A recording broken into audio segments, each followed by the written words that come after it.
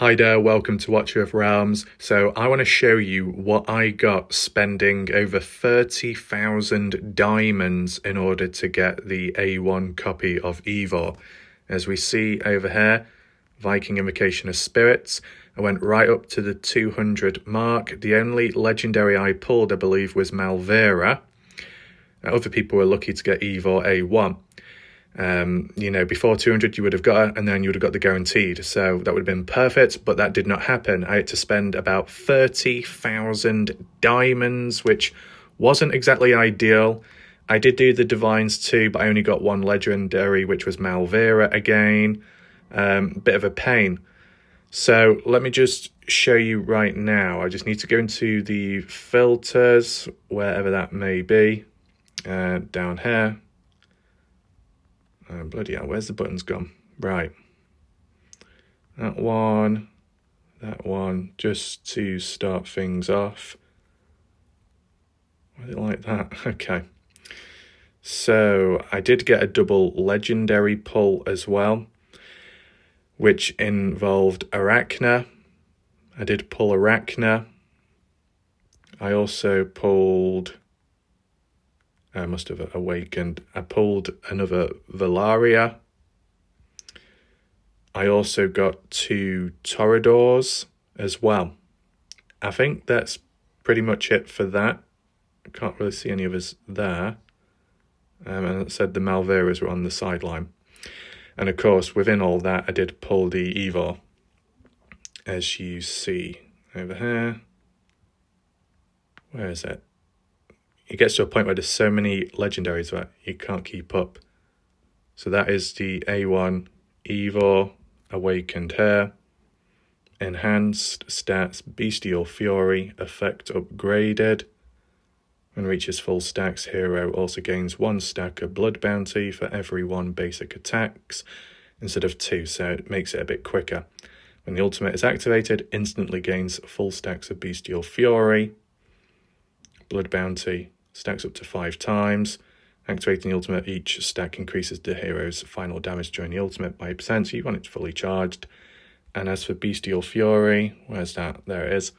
Each basic attack reduces the subsequent basic attack interval by 2% and provides 2% damage reduction, stacking up to 12 times, not bad, 24%, and lasting for 10 seconds. Was it worth it in the end? Yeah, I'd say so. Was it rough? Yeah. I think this is probably the most I've ever spent on a banner, and we'll have to replenish in between because of the Bayek summons, 200, and then possibly the Eevee Fry. What I didn't do, though, was go over on here because this is a lot more scarce to resources. I've got 61 at the moment. I went down to 30 originally, and I've saved up about 31 cents, thankfully. Should have enough for Dark Ezio Editore. However, I'm not going to summon for the normal Ezio because whilst the A3 is good, you're getting, a free one on top of the original free one from the logins and the quest. So because it's a free character, it partially makes me think it's not worth investing in because it's still good, very good legendary, but normally the really good ones should be hard to get, and if it's free to get, it's likely not going to be the best. So it's not worth pumping resources in. Cassandra is worth the A1, and that's all she really needs.